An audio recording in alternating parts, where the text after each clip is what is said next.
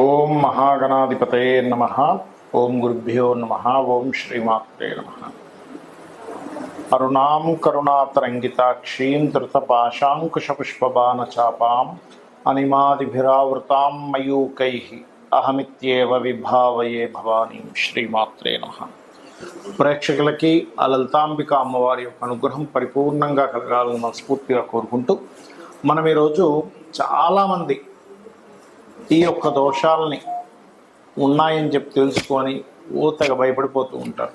చాలా సింపుల్గా రూపాయి ఖర్చు లేకుండా మీరు ఇంట్లోనే ఉండి ఎలా చేసుకోవాలి, లేదు మేము సంపన్న పరులము అనుకుంటే ఎటువంటి పూజాది కార్యక్రమాలు మీకు మీరుగా చేసుకోవడమో లేకపోతే ఎవరినైనా పురోహితులను పిలిపించుకొని చేసుకోవడం ఎలా చేసుకోవాలి అనేటువంటి విషయాలని ఇప్పుడు మనం చెప్పుకోబోతున్నాం. అవి ఏమిటి అంటే, ఎందుకంటే చాలామంది అడిగారు నన్ను ఈ 5 అంశాలు ఒకే దాంట్లో కలిపి చెప్పండి, ఒక్కొక్కటి విడిగా కాకుండా. అందుకనే చెప్తున్నాను. ఒకటి సర్పదోషం. చాలా భయపడిపోతుంటారు. దీనిలో కాలసర్పదోషం అంటుంటారు, కానీ కాలసర్పదోషం జన్మజాతకానికి అప్లై చేయకూడదు. దేశకాల గోచారాలకి ఇది ఎక్కడా లేదు పరాశర దీంట్లో, గుర్తుపెట్టుకోండి. ఇక రెండవది మాతృ పితృదోషాలు, అంటే 3 అయ్యాయి. 4వది దేవతా శాపాలు, 5వది స్త్రీ శాపము. ఇప్పుడు ఈ స్త్రీ శాపం ఎలా వస్తుంది, వీటన్నిటికీ ఏమిటి అనేటువంటి విషయాలు చెప్తుంది నేనైనప్పటికీ కూడా చెప్పిస్తుంది సాక్షాత్ లలిత అమ్మవారిగా భావిస్తూ ఒక్కొక్క లగ్నం గురించి డీటెయిల్గా నేను మీకు చెప్తాను. అలాగే ఎండింగ్లో అసలు జాతకమే లేని వాళ్ళకి ఎటువంటి సిమ్టమ్స్ ఉంటాయి, ఆ సిమ్టమ్స్ని బట్టి మీకు ఇది ఉంది అని అర్థం చేసుకుని మీరు ఎలా చేసుకోవాలని కూడా చెప్తాను. కన్యా లగ్నము, కన్యారాశి. కన్యవారికి కనుక చూసుకున్నట్లయితే ఇక్కడ మీరు అర్థం చేసుకోవాల్సినటువంటి అంశము, మీ లగ్నానికి బుధుడు లగ్నాధిపతి అవుతాడు. ఈ బుధుడికి కనుక సర్పదోషం ఏర్పడితే ఏమవుతుందో చెప్తానండి. అంటే ఎలా ఏర్పడుతుంది, దాన్ని ఎలా బయటపడిపోవచ్చు. చాలా సింపుల్. ఇదేంటో మీరు ఏమో కంగారు పడాల్సిన అవసరం ఏం లేదు. దీనికి చాలా సింపుల్. ఇది బుధుడు పాడయ్యాడు అంటే బుధుడు కేతువుతోనో కుజుడితోనో కనెక్ట్ అయ్యి లేకపోతే పాపగ్రహాల మధ్యన కనెక్ట్ అయినప్పుడు ఇది మీ కెరియర్ మీద చూపిస్తూ ఉంటుంది ఈ సర్పదోషం అనేది.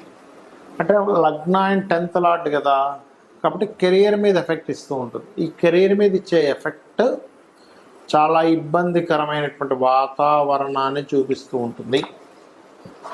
అప్పుడు ఏం చేయాలి, ఓహో మీ లగ్నాధిపతి ఇలా పాడయ్యాడు కాబట్టి ఇది కెరీర్ మీద ఎఫెక్ట్ చూపిస్తుంది. కాబట్టి విష్ణు సహస్రనామాలు చేసుకోవడం, లేదా ఓం శ్రీమాత శ్రీ మహారాజ్ని శ్రీమత్ సింహాసనేశ్వరి నమః అనే మంత్రం చేసుకోవడం. ఏ గ్రహాల ద్వారా అయితే అది బుధుడు పాడయ్యాడో స్ట్రాంగ్ చేసుకోవాలంటే దానికి సంబంధించిన దానాలు ఇవ్వండి.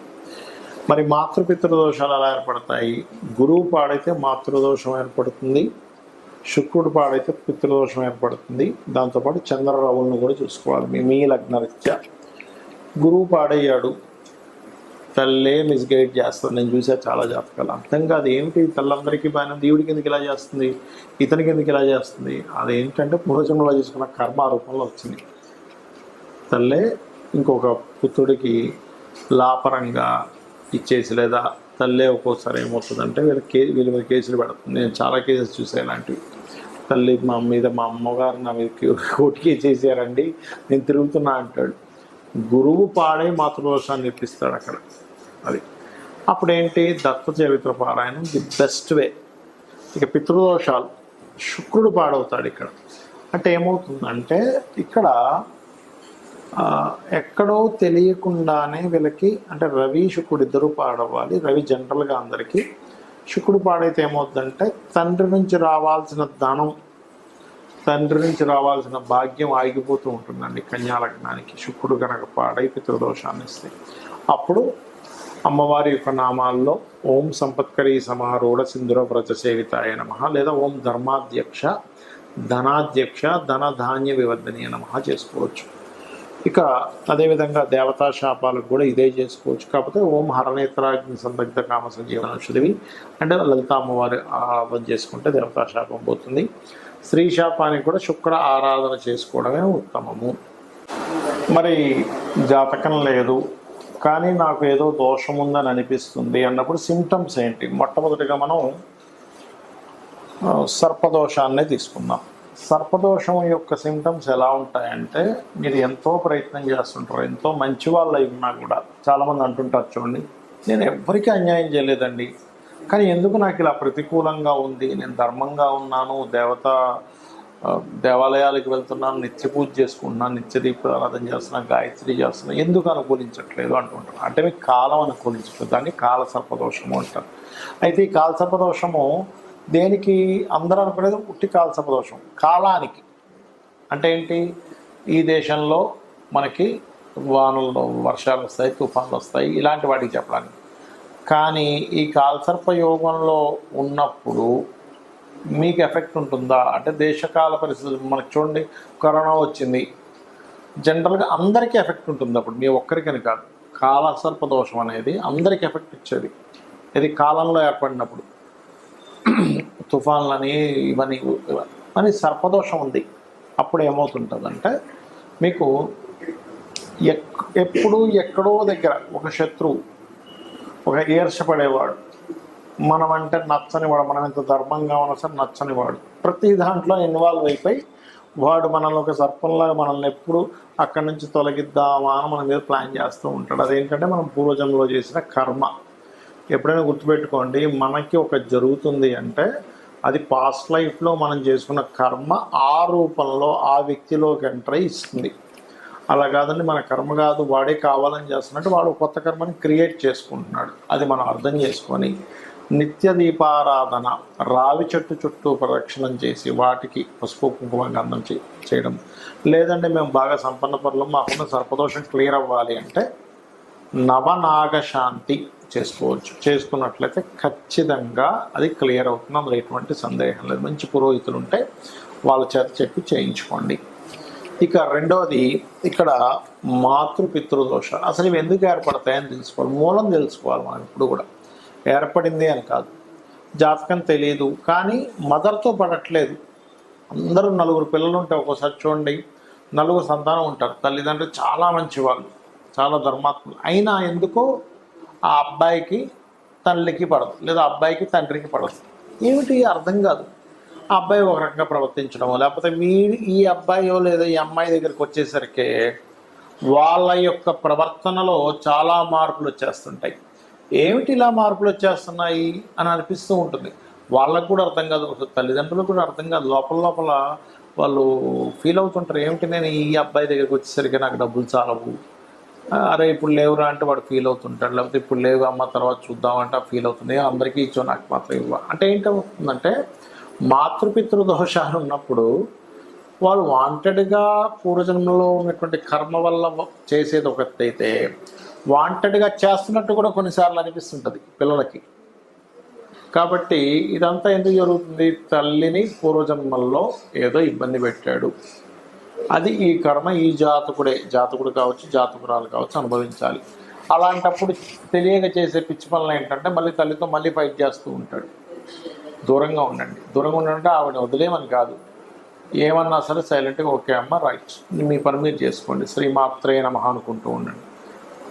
ఖచ్చితంగా క్లియర్ అవుతుంది సమస్య అనేటువంటిది. లేదా మెడిటేషన్ చేసుకోండి, అమ్మవారిని పట్టుకోండి, అమ్మ నేను ఏదో పూర్వజన్మల్లో తల్లిని ఏదో ఇబ్బంది పెట్టుకుంటాను, చికాకు పెట్టుకుంటాను, చాలా నా వల్ల బాధపడి ఉంటుంది, ఈ జన్మలో అందుకే నాకు ఈ కర్మ ఈ రూపంలో వచ్చింది అని అనుకొని ఏమీ అనకుండా మీ పని మీరు చేసుకుంటూ వెళ్ళండి. ఒక్కోసారి అత్తగారి రూపంలో కూడా వస్తుంది, కాకపోతే అది కొంచెం దశమ స్థానము చతుర్థ భావాలు కూడా పాడవుతాయి అక్కడ. ఇక పితృదోషం అనేది సింహరాశి పాడైనా రవి పాడైనా మీ లగ్నం నుంచి 9వ స్థానం పాడైనా వస్తుంది కామన్గా. అయితే ఇక్కడ మీకు ఎలా ఉంటుందంటే తండ్రి పాపం ఏదో మీకు ఫేవర్ చేద్దామంటుంటే గొడవ వస్తుంటుంది, మీరేదైనా చేస్తుంటే తండ్రి ఒప్పుకోడు. అది ఎలా ఉంటుందంటే తండ్రి రూపంలో కొంత వస్తుంది. కొన్నిసార్లు మనం ఎన్ని ప్రయత్నాలు చేస్తున్నా పితృదేవతల అనుగ్రహం ఉండదు అక్కడ. ఎందుకు అంటే ఎక్కడో పితృదేవతల యొక్క లైన్ కట్ అయిపోయింది మీ వంశంలో. కట్ అయిపోయినప్పుడు ఏమవుతుంది, దాని సిమ్టమ్స్ ఎలా ఉంటాయంటే సంతానం సరిగ్గా లేకపోవడము, తక్కువ ఏజ్లోనే మరణాలు జరగడం. చూడండి కొంతమంది అంటుంటారు, మీరు చూస్తే కనుక ఏమిటోనండి మా ఇంట్లో 40-45 ఏళ్ళ కంటే ఎక్కువ బతకట్లేదు మగపిల్లలు, తీరా చూస్తేనేమో పిల్లలేమో అనాథలుగా అయిపోతున్నారు బికాజ్ ఆఫ్ మీకు ఉండేటువంటి పూర్వజన్మ కర్మల్ని తీసేటువంటి శక్తి దేవతలకి పితృదేవతలకి ఉంటుంది. అంటే పూర్తిగా తీసేయడం అని కాదు, దాని నుంచి ఒక రక్షణ కవచంగా నిలబడుతుంది వాళ్ళ యొక్క ఆశీర్వాదం అనేటువంటిది. కాబట్టి ఇక్కడ ఏమవుతుందంటే ఈ యొక్క కాంబినేషన్స్ ఎప్పుడైతే ఇలా ఉన్నాయో మీకు ఇబ్బంది వస్తూ ఉంటుంది. అప్పుడు కూడా ఏంటి, తండ్రితో ఫైటింగ్ చేయడం, తండ్రి ఏదో ఇవ్వకపోవడం, నలుగురికి ఒకలాగా మీకు ఒకలా చేయడం, ఇలాంటివి జరుగుతూ ఉంటాయి. ఎందుకంటే అక్కడ నుంచి దోషం ఉంది, యోగం లేదు. ఇక్కడ మనం అర్థం చేసుకోవాల్సిన విషయం ఏంటంటే అక్కడ దోషం ఉంది, యోగం లేకపోవడం వల్ల, దోషం వల్ల రావట్లేదు, యోగం ఉండుంటే వచ్చేది అని మీరు అర్థం చేసుకోవాలి. దానికి సింపుల్గా నేను ఇందాక చెప్పినట్టుగా నిత్య పితృతర్పణాలు లేనట్లయితే అమావాస్య నాడైనా సరే పితృదేవతలకి పరంగా మీరు వాళ్ళ కోసమని స్వయం పాకం ఇవ్వడము, అంటే బియ్యము, 2 రకాల కూరగాయలు, పప్పు, ఉప్పు, మిరపకాయలు ఇవన్నీ కలిపిస్తారు. అంటే వంట సామాగ్రి ఏవైతే ఉందో అదంతా కూడా ఇస్తారు. అలానే ఒక బెండకాయ ఒక వంకాయ ఇస్తే పాపం వాళ్ళకి సరిపోదు, వాళ్ళు పాపం బాధపడతారు. అది ఇక దేవతా శాపాలు అసలు ఎందుకు వస్తాయి అంటే అందరూ ఏమనుకుంటారు, పూర్వీకుల్లో ఎవరో గుడిలో ఏదో చేశారు, విగ్రహం ఎత్తుకుపోయారు మురారి సినిమాలలోగా అని అనుకుంటారు. కాదు, అది చాలా పెద్ద దోషం. అది తప్పని కాదు నా ఉద్దేశంలో. కానీ ఇక్కడ ఏమిటి అంటే మీ యొక్క పూర్వజన్మల్లో లేకపోతే ఈ జన్మల్లో కూడా ఇంట్లో చేసేటువంటి అగ్నితో చేసేటువంటి దోషాలు కొన్ని ఉంటాయి. అంటే స్నానం చేయకుండా వంటగదిలోకి వెళ్ళడం, స్త్రీలు బయట చేరినప్పుడు వంటగదిలోకి వెళ్ళడం, ఇవన్నీ కూడా కొంతవరకు అగ్నిదేవుడికి సంబంధించిన శాపాలు, కొంత సర్పదోషాలు కూడా వస్తాయి వాటి వల్ల. అలాగే దేవతా సంబంధించినటువంటి విషయంలో కొంతమంది చూడండి, కొన్ని ఎండోన్మెంట్ డిపార్ట్మెంట్స్లో ఉంటూ అక్కడ సొమ్ముని తినేయడం, లేకపోతే దేవుడు మాన్యాన్ని, అంటే భగవత్ సంబంధించిన ఆలయానికి సంబంధించినటువంటి భూములు ఉంటే వాటిని జాగ్రత్తగా వాళ్ళు కైవసం చేసుకుని వాటిని వాడేసుకోవడం, అది చాలా పెద్ద దోషం. అదేంటంటే ఒక వంశాలను నాశనం చేసేస్తుంది, గుర్తుపెట్టుకోండి. అస్సలు పొరపాటును కూడా, అసలు మీకు దానం ఇస్తేనే, ఎవరైనా భూమి దానం ఇచ్చారనుకోండి, పురోహితులకి ఎవరికైనా బ్రాహ్మణులకి ఇవ్వాలి, ఏదో కుజదోషం ఉంది అని భూదానం ఇచ్చారు అంటే, కుజదోషం ఉంటే అందరూ ఇవ్వాలని కాదు, 4వ స్థానం పాడే ఇస్తారు కోసం. అప్పుడు ఆ తీసుకున్నటువంటి బ్రాహ్మణుడు, పురోహితుడు ఎవరైతే తీసుకుంటే, పురోహితుడు అనుకోండి ఇంకోరు అనుకోండి, గాయత్రి చేయాలి. కొన్ని లక్షల కోట్ల గాయత్రి చేస్తే కానీ అది బరాయించే శక్తి రాదు. లేనట్లయితే ఏమవుతుందంటే అది ఎన్ని రేణువులు ఉన్నాయో అన్ని జన్మలు నరకం అనుభవిస్తాడట. అంటే గాయత్రి భూదానం అంటే అంత ఈజీ కాదు. భూదానము, సువర్ణదానం ఇలాంటివన్నీ ఇవేవో నవగ్రహాలకు ఇచ్చే చిన్న దానాలు లాంటివి కాదు. అందరూ సరదాగా తీసేసుకుంటారు, సువర్ణదానం అండి ఇచ్చేసేయండి అని, అంత ఈజీ కాదు. కాబట్టి దీనికి మరేమిటి అంటే ఓం హరనేత్రాగ్ని సందగ్ధ కామ సంజీవన ఔషధి అనే మంత్రం చేసుకోండి. ఇక ఆఖరిగా స్త్రీ శాపం. ఏమీ లేదు, ఇక్కడ స్త్రీని ఇబ్బంది పెట్టాడు జీవుడు, వస్తుంది ఆ దోషం, ఆ రూపంలో వస్తుంది. అందుకని మీరు ఎక్కడికి వెళ్ళినా, మీ జాతకం లేకపోయినా మీకు సిమ్టమ్స్ ఏమర్థమవుతుంటాయి అంటే, ఎక్కడికి వెళ్ళినా చిన్నప్పటి నుంచి కూడా ఒక స్త్రీ మూలకంగానే మీరు ఇబ్బంది పడుతూ ఉంటారు. అది పక్కింట్లో ఆడపిల్ల కావచ్చు, మీ ఇంట్లో ఉండే ఆడపడుచులు కావచ్చు, లేకపోతే మీ అత్తగారు కావచ్చు, ఎవరైనా కానీ, లేకపోతే మీకు సొంత చెల్లి కావచ్చు, సొంత భార్య కావచ్చు. ఎక్కువగా భార్య రూపంలో వస్తుంది స్త్రీ శాపం ఎక్కువగా.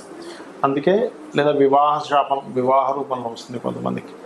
మరి దీనికి ఏమిటండి, శ్రీమాత్రే నమః ఈజ్ ది బెస్ట్ రెమెడీ. అలా కాదు, వివాహ రూపంలో వస్తుంది, వివాహం అవ్వట్లేదు అన్నప్పుడు ఒకసారి ఫస్ట్ మీరు ఆగ్నేయం చెక్ చేసుకోవాలి. ఆగ్నేయం పాడైతే కూడా శుక్ర దోషం అయింది అక్కడ.